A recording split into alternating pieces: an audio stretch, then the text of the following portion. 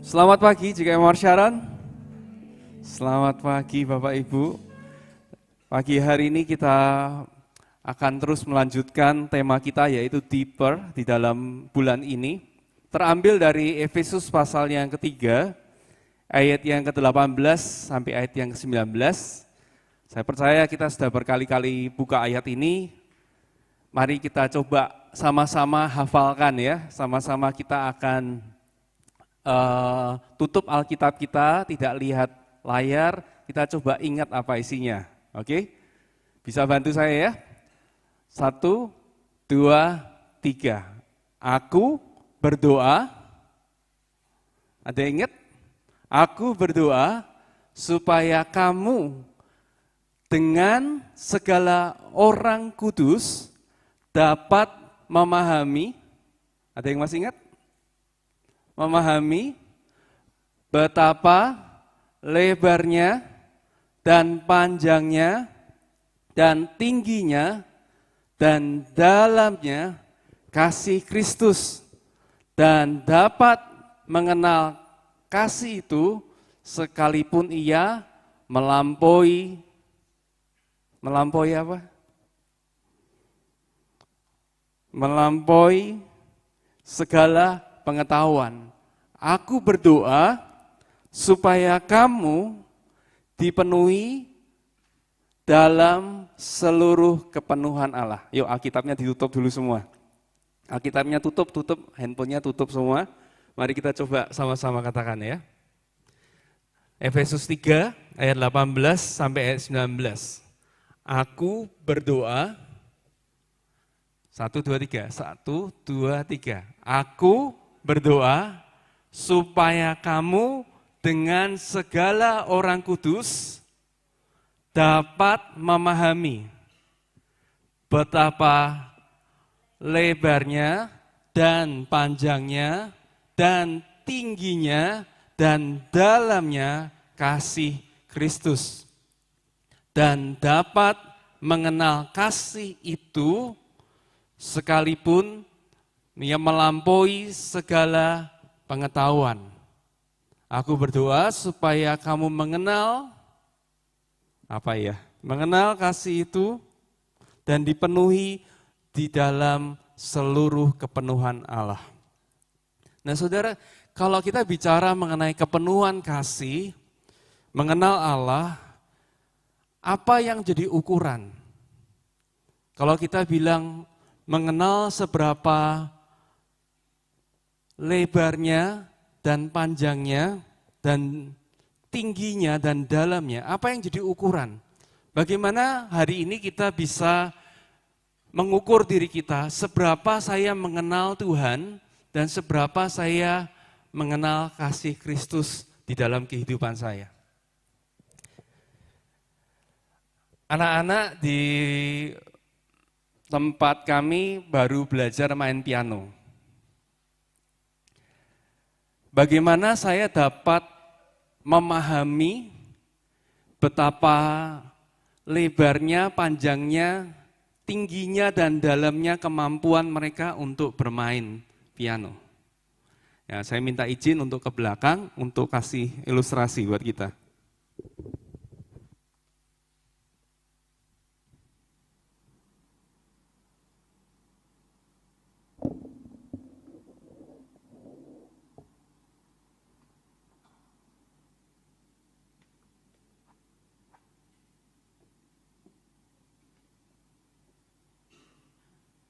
Cek.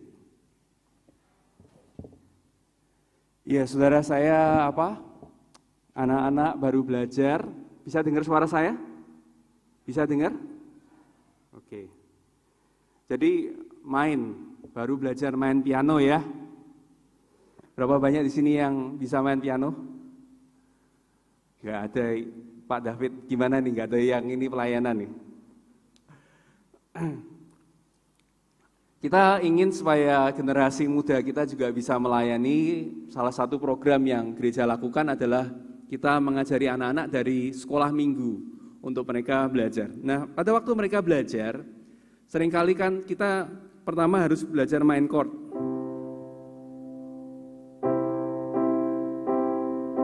Ya, diajarin. Ayo, abis itu kuncinya berubah. Lagu apa ya? King Kong badannya besar, tapi aneh kakinya pendek. Tapi aneh, ya kan? Nah, anak-anak begitu mereka diajari gitu, mereka excited dan mereka mulai main seperti ini. Coba, King Kong badannya besar, tapi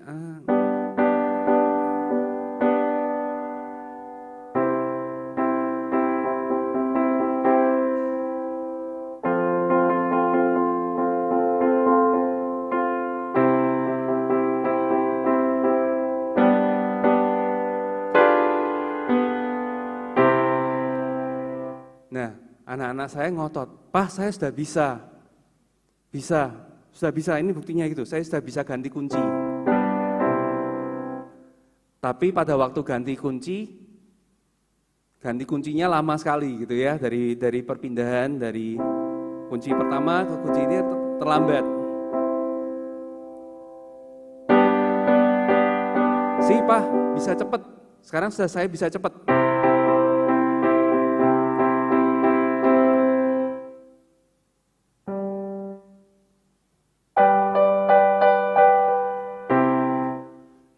Nah, saudara, kalau yang tahu, kita nggak bisa menyanyi seperti itu. Karena untuk bisa bermain musik seperti teman-teman PAW yang melayani kita pada pagi hari ini, ada yang namanya tempo. Jadi saya coba bilang ke anak-anak saya, nggak bisa begitu. Kalau kamu main, lebih baik mainnya slow, tapi pada waktu pindahnya itu tepat waktu.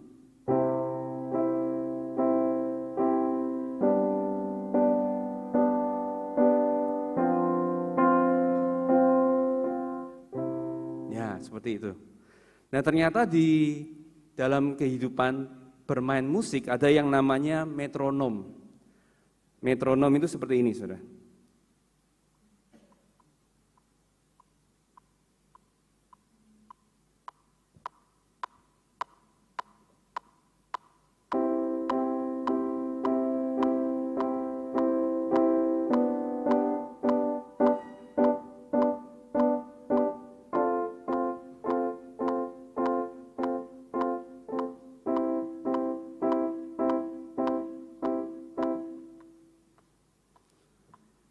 Ya, cukup. Paham maksudnya, saudara? Jadi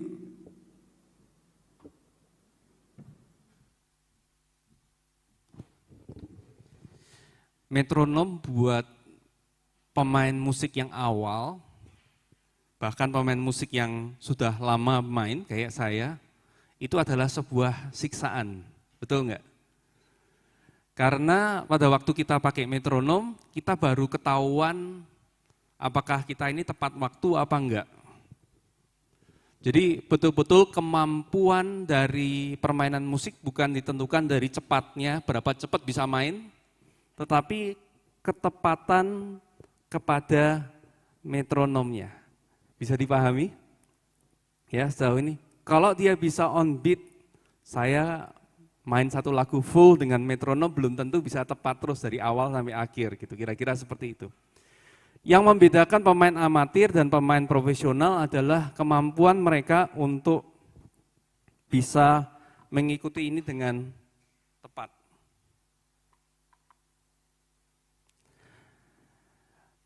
Pertanyaannya pagi hari ini, bagaimana kita tahu ukuran lebar, panjang, tinggi, dan dalamnya kasih Kristus di dalam kehidupan kekristenan kita. Pagi hari ini saya ingin kita belajar bersama-sama dari Matius pasal yang ke-18 ayat 21 sampai ayat yang ke-35. Tahukah saudara bahwa hal yang membuktikan bahwa kita itu mengenal kasih Kristus, ukurannya salah satunya menurut saya adalah namanya forgiveness atau pengampunan. Bagaimana kita bisa hidup di dalam pengampunan itu akan menunjukkan sesungguhnya seberapa dalamnya kasih Kristus dan seberapa kita mengenal kasih itu. Saya akan bacakan, kita akan baca bersama-sama, saya minta kita buka Alkitab kita bersama-sama. Kita akan baca bergantian ya, seperti tadi, saya akan baca ayat pertama, saya minta yang bagian sini baca ayat yang kedua, yang sebelah sini baca ayat yang ketiga, nanti saya lanjutkan lagi ke 4, ke 5, ke 6 gitu ya, 7, 8, 9, terus gitu ya. Jadi kita mulai dari ayat 21, 21, 22, 23, paham ya? 24, 25, 26, 27, 28, 29, terus sampai selesai. Siap? Yuk kita buka Alkitab kita bersama-sama, saya akan mulai Matius pasal 18 ayat yang ke-21. Kemudian datanglah Petrus dan berkata kepada Yesus dan bertanya, "Ya Tuhan, jika saudaraku berdosa terhadap aku,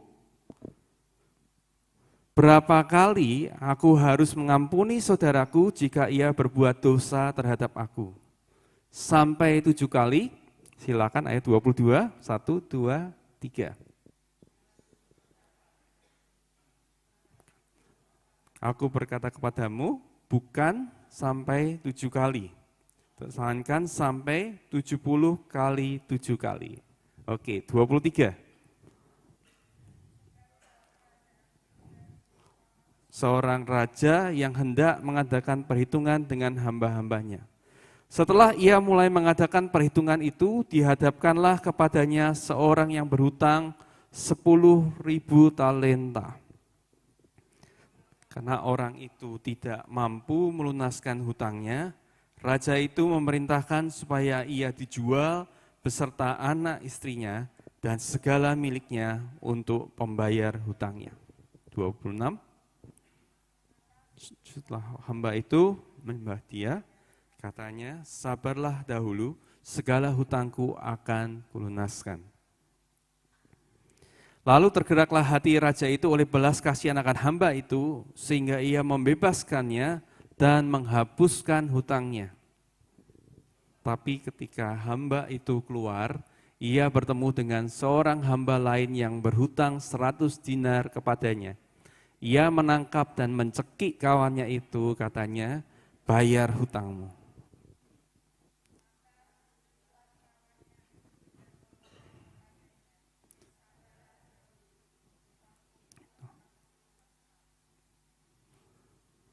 Tetapi ia menolak dan menyerahkan kawannya itu ke dalam penjara sampai dilunaskan hutangnya. Ayat 31. Sangat sedih, lalu menyampaikan segala yang terjadi kepada tuan mereka. Ayat 32. Itu menyuruh memanggil orang itu dan berkata kepadanya, "Hai hamba yang jahat, seluruh hutangmu telah kuhapuskan karena engkau memohonkannya padaku. Bukankah engkau pun harus mengasihani kawanmu sama seperti aku telah mengasihani engkau?" Tuannya itu dan menyerahkannya kepada algojo sampai ia melunaskan seluruh hutangnya. Ayat terakhir, 35. Juga terhadap kamu, apabila kamu masing-masing tidak mengampuni saudaramu dengan segenap hatimu. Berdoa biarlah pembacaan Alkitab kita pada pagi hari ini boleh jadi berkat buat kita. Amin. Saudara, hal pertama yang saya lihat, yang tadi kita baca bersama-sama, apa yang saudara lihat? Hal pertama yang saya lihat dari perikop yang barusan kita baca adalah yang pertama adalah ini. Tuhan tidak pernah meminta apa yang kita tidak miliki. Setuju enggak? Tuhan tidak pernah meminta apa yang kita tidak miliki. Saya bilang, we cannot give what we don't have. Kita tidak bisa memberi apa yang kita tidak punyai. Tadi saya ajak kita untuk membaca, tujuannya apa? Untuk kita memperhatikan. Karena kalau kita sekilas membaca, seringkali banyak orang berkata, oh ini ayat-ayat bicara tentang bagaimana mengampuni. Betul? Harus memaafkan, harus mengampuni. Betul, tapi itu separuh benar. Ayat ini berbicara mengenai menerima pengampunan, forgiven first. Diampuni dulu, bukan suruh mengampuni. Kalau kita lihat, coba kita perhatikan, raja itu suruh hambanya mengampuni karena memang disuruh atau karena dia sudah melakukan sesuatu. Kalau kita lihat, sudah. Jadi ayat ini kita belajar Tuhan tidak mungkin minta sesuatu yang kita tidak punya. Artinya Tuhan tidak akan pernah menyuruh kita untuk mengampuni kalau dia tidak pernah ampuni kita dulu. Dia tidak pernah meminta kita memaafkan kalau kita memang nggak punya itu di dalam kehidupan kita. Oleh karena itu, yang saya ingin sampaikan, yang kita ingin belajar dari ini adalah, yang pertama adalah jangan menunggu orang lain menunggu orang lain menyadari dosa atau kesalahan mereka terhadap kita. Tetapi fokuslah kepada seberapa banyak Tuhan sudah mengampuni kita. Dari pembelajaran ini fokusnya bukan kepada orang yang bikin kesalahan. Dia sudah sadar apa enggak sih kalau dia menjengkelkan saya? Dia sudah ngerti enggak sih kalau dia sudah melakukan ini dan itu? Fokusnya bukan itu, tapi fokusnya adalah kita ini sadar enggak? Kita itu sudah terima pengampunan, kita itu merasakan. Bukan cuma tahu, tadi firman Tuhan dalam Efesus 3:18, tapi kita mengenal kasih itu. Jadi enggak cukup cuma kita tahu bahwa Tuhan sudah mengampuni kita, tetapi pada pagi hari ini saya ingin ajak kita untuk mengalami namanya pengampunan itu lagi di dalam kehidupan kita. Karena kalau kita sendiri tidak merasa diampuni, kalau kita tidak merasa dimaafkan, bagaimana kita bisa memaafkan orang lain?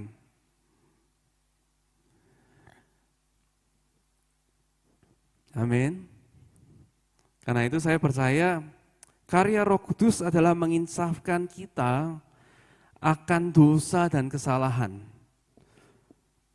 Bukan memberi rasa bersalah. Seringkali kita datang ke Tuhan di dalam gereja merasa nggak ada yang salah dengan kehidupan kita. Semuanya sudah baik-baik saja. Tetapi disitulah peran Roh Kudus mengingatkan kita, kamu pun banyak salahnya. Jadi kita datang ke hadapan Tuhan bukan dengan berbangga hati, tapi dengan rendah hati. Karena kita sudah diampuni. Karena itu saya suka sebetulnya di gereja-gereja tertentu itu ada namanya bilik pengakuan dosa. Kenapa? Karena sebetulnya di situ menyadarkan bahwa setiap dari kita itu enggak luput dari kesalahan. Kalau kita merasa tidak pernah salah, kita akan sangat sulit untuk bisa ngampuni orang lain juga. Karena kita sering bikin kesalahan, kita juga tahu bahwa Tuhan mengampuni kita, oleh karena itu membuat kita bisa mengampuni orang lain. Berapa banyak di sini yang belum pernah bikin kesalahan? Ya, berapa banyak di sini yang belum pernah terluka dalam hidupnya? Kayaknya kok semuanya baik-baik saja ya. Saudara kalau belum pernah terluka, silakan dekat-dekat datang ke dalam hidup saya, Anda pasti terluka. Kalau Anda tidak pernah disalahkan, ya Anda cukup datang lebih dekat dalam hidup saya pasti Anda akan pulang sakit hati, saudara. Kenapa? Karena saya manusia, dan saya bikin kesalahan, dan saya pasti melukai. Tapi saya bersyukur bahwa Roh Kudus itu menginsafkan, menunjukkan kesalahan kita, tapi bukan menuduh kita. Menuduh itu suaranya beda. Kamu salah loh. Kamu begini, kamu begini. Tetapi Roh Kudus mengingatkan kita supaya kita ini berubah. Oleh karena itu, belajar dari perikop ini, hal kedua yang saya pelajari adalah tingkat pengampunan yang kita rasakan memampukan kita untuk mengampuni orang lain. Saya rasa ini tempat yang bagus Anda berkata amin. Oh, enggak bagus ya. Ini tempat yang bagus untuk Anda berkata amin. Mari kita buka dalam Lukas pasal 7 ayat 47, Tuhan Yesus berkata seperti ini. Ini Tuhan Yesus yang berkata, sebab itu aku berkata kepadamu, dosanya yang banyak itu telah diampuni, sebab ia telah banyak berbuat kasih. Tetapi orang yang sedikit diampuni, sedikit juga ia berbuat kasih. Saya ingin kita lihat ayat ini, Anda buka Alkitab saudara. Saya ingin tunjukkan, ini ada sedikit kesalahan saudara ya. Sebab itu aku berkata kepadamu, dosanya yang banyak itu telah diampuni. Sebab itu ia telah banyak berbuat kasih. Sebab itu ia telah banyak berbuat kasih. Jadi ada kata itu yang menurut saya hilang dalam terjemahan. Coba kita baca sama-sama sekali lagi ya. Perhatikan. Sebab itu aku berkata kepadamu, dosa yang banyak itu telah diampuni. Sebab itu ia telah banyak berbuat kasih. Kalau Anda tidak masukkan kata itu di situ, seolah-olah dosa yang banyak itu diampuni karena dia berbuat banyak kasih. Itu terjemahan yang keliru sekali.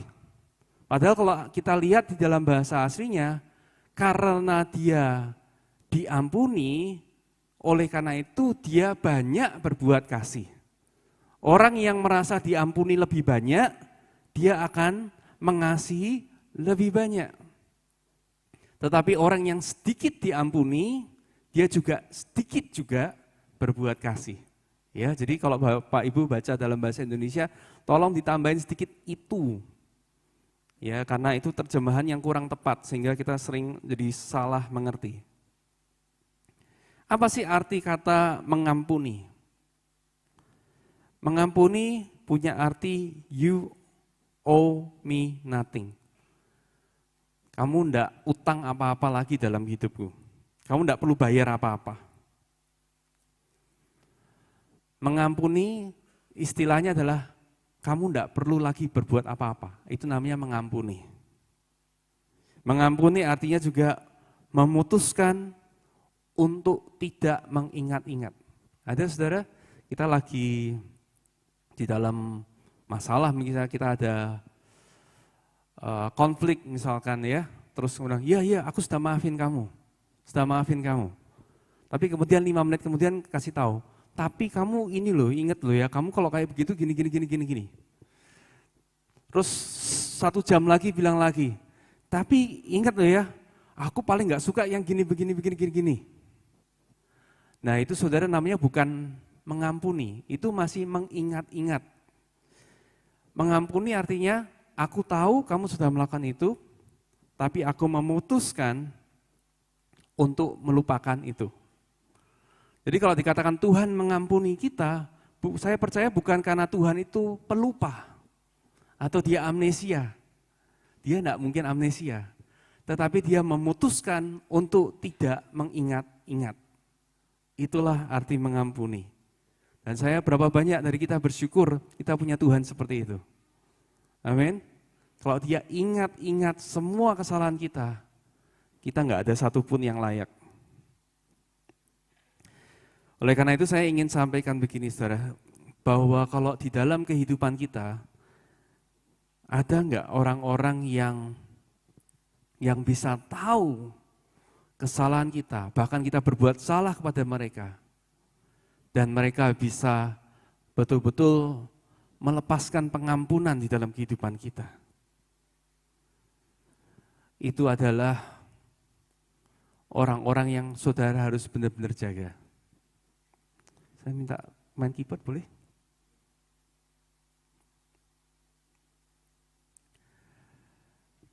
Saudara, enggak banyak, saya bilang, dalam hidup saya, coba hitung orang yang betul-betul bisa tahu semua kejelekan, keburukan Anda, dan tetap memutuskan untuk mengampuni, dan tetap memutuskan untuk menerima Anda sepenuhnya. Pasti enggak banyak. Dalam hidup saya kurang dari 5. Saya enggak tahu dengan Bapak Ibu. Tapi kita belajar kalau orang-orang seperti itu ada dalam kehidupan kita. Itu adalah salah satu bukti bahwa Tuhan itu ada dalam kehidupan kita. Amin. Yang ketiga,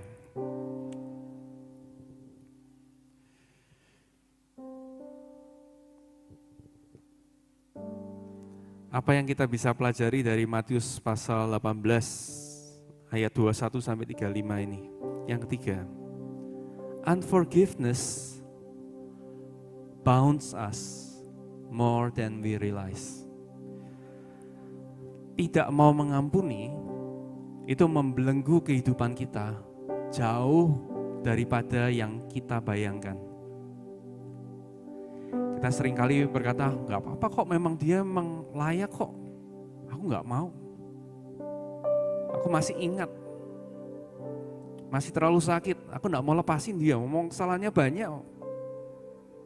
Utangnya banyak, aku nggak mau ampuni. Kalau kita baca di sini,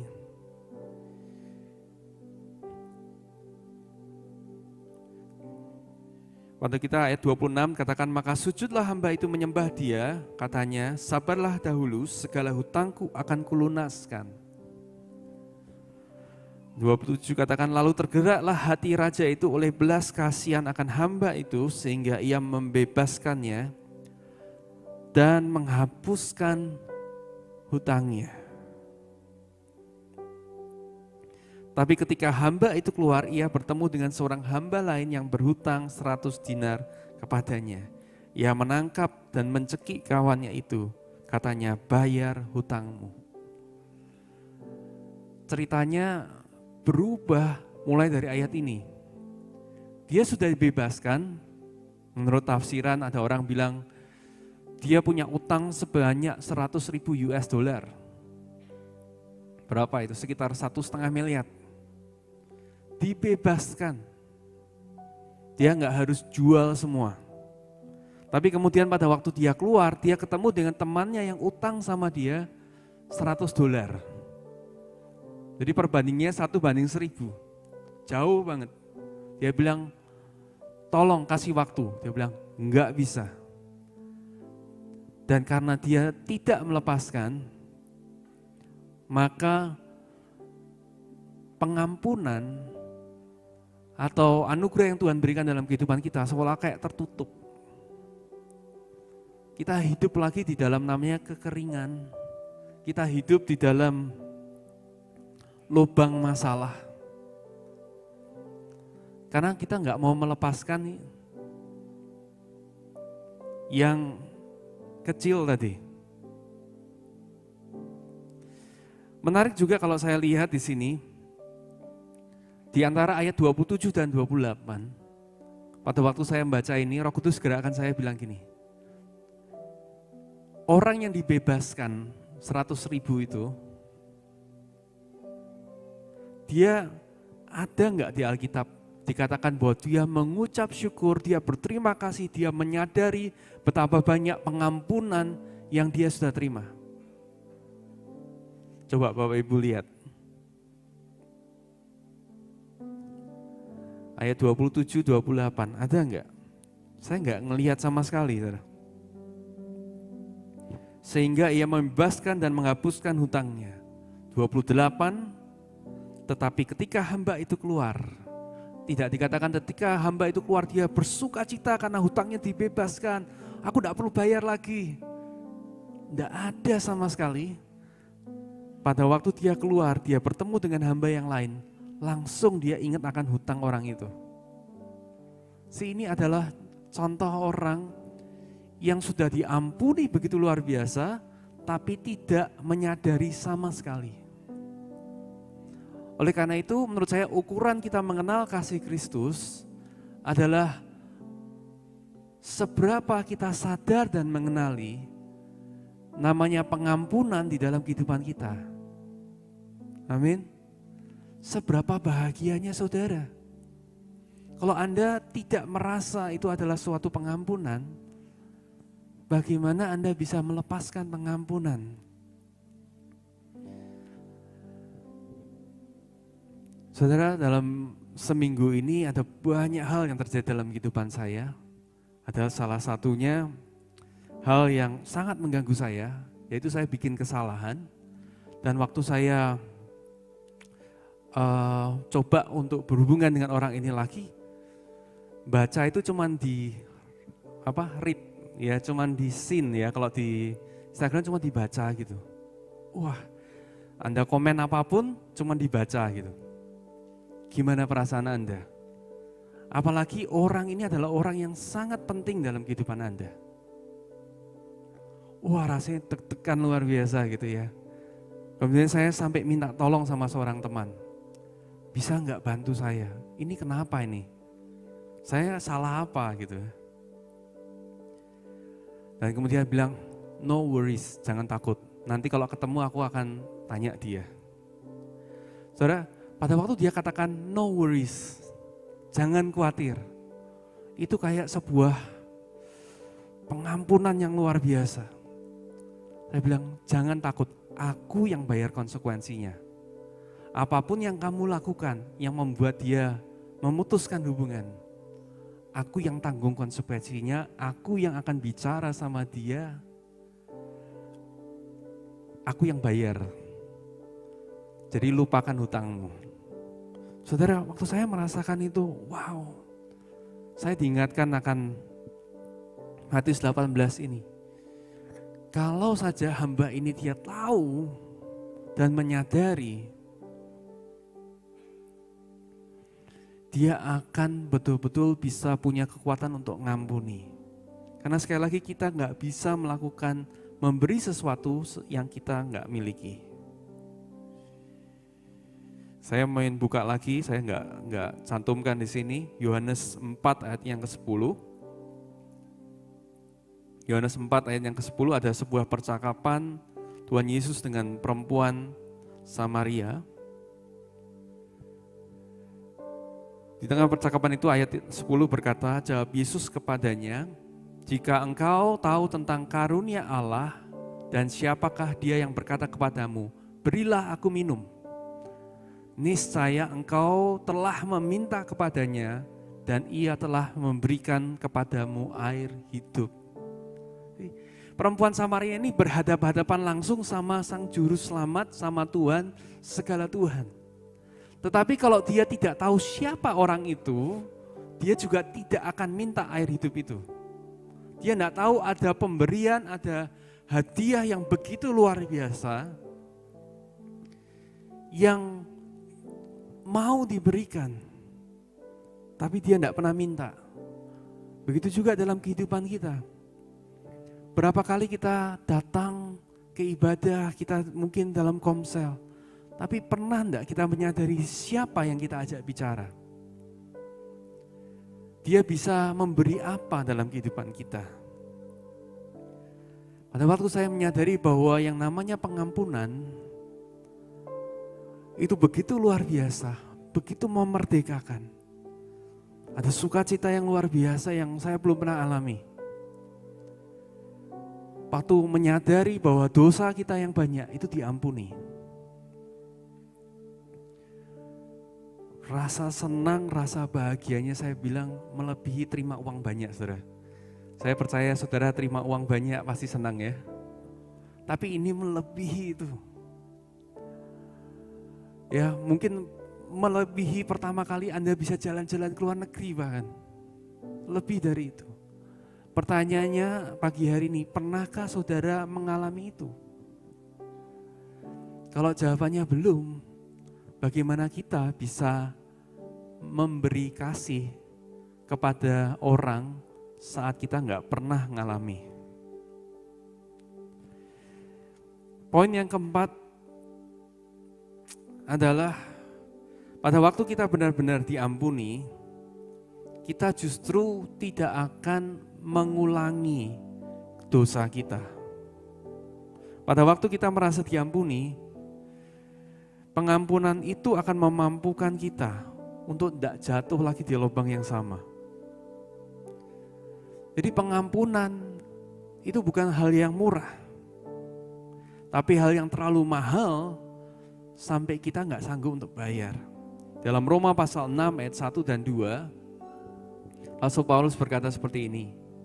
Jika demikian, apakah yang hendak kita katakan? Bolehkah kita bertekun dalam dosa supaya semakin bertambah kasih karunia itu? Dia jawab, sekali-kali tidak. Bukankah kita telah mati bagi dosa? Bagaimanakah kita masih dapat hidup di dalamnya?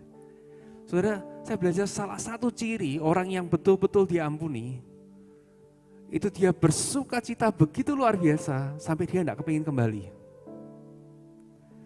Orang yang tadi diampuni, saya nggak tahu di Matius 18 itu dia merasakan itu apa enggak. Dia tidak akan dengan sengaja bikin cara untuk bisa utang lagi supaya nanti dipenjara lagi. Tapi begitu dia tahu bahwa dia diampuni, dia tidak akan kembali lagi ke situ. Dia tidak akan tutup lubang dengan gali lubang istilahnya. Kalau kita merasa diampuni, kita punya damai dan kekuatan untuk menghadapi esok hari. Ada semangat. Saya mulai dengan lembaran baru. Saya mulai hidup saya bukan dengan minus, tapi saya mulai hidup saya kembali utuh, kembali sebagai orang merdeka. Dan saya percaya inilah di dalam pernikahan, menurut saya ini keahlian yang paling penting, yaitu keahlian untuk atau kemampuan untuk mengampuni. Berapa banyak suami istri yang setuju di sini? Amin. Loh, bukannya di dalam pekerjaan juga perlu pengampunan, bukannya dalam keluarga juga perlu pengampunan. Yes, saya tahu di dalam gereja, di dalam persekutuan perlu pengampunan. Terutama di dalam pernikahan. Kenapa? Karena di dalam pernikahan ini yang paling dekat, yang paling bersinggungan, yang paling sering ketemu. Dan kita membutuhkan pengampunan untuk kita mempunyai pernikahan yang utuh. Saya tulis di sini yang saya belajar adalah when we forgive others, waktu kita mengampuni, kita mengirimkan sebuah pesan kepada mereka. I'm not giving up on you. Saya belum menyerah dalam hidup Anda. Beberapa hari yang lalu saya lihat ada sebuah video, sebuah kisah yang menurut saya inspiratif. Sebuah pasangan di China, suaminya karena kecelakaan mobil 3 tahun yang lalu lumpuh. Lumpuh betul-betul kayak istilahnya vegetatif, kayak sayuran. Hidup tapi nggak bisa ngapa-ngapain, nggak bisa melakukan apa-apa. Semua tubuhnya kaku semua, nggak bisa ngapa-ngapain, nggak bisa komunikasi. Istrinya ini dia nggak nyerah dengan keadaan itu. Dia yang terapi suaminya karena setiap 2 jam harus dibalik badannya dan harus dipijeti supaya tidak mengalami namanya muscle atrophy atau kematian dalam syaraf. Tiap 2 jam loh saudara. Jadi kalau dalam 24 jam berarti 12 kali sehari dia harus balik, suaminya harus mulai dipijet. Dan itu dilakukan bertahun-tahun sambil mereka fundraise, dibantu. Sumbangan yang masuk diceritakan kurang lebih ekuivalen sekitar 240.000 US atau sekitar 3,6 M yang dikumpulkan. Dan puji Tuhan setelah 3 tahun suaminya berangsur-angsur pulih. mulai bisa jalan, mulai bisa komunikasi, mulai bisa makan sendiri, mulai bisa gosok gigi sendiri.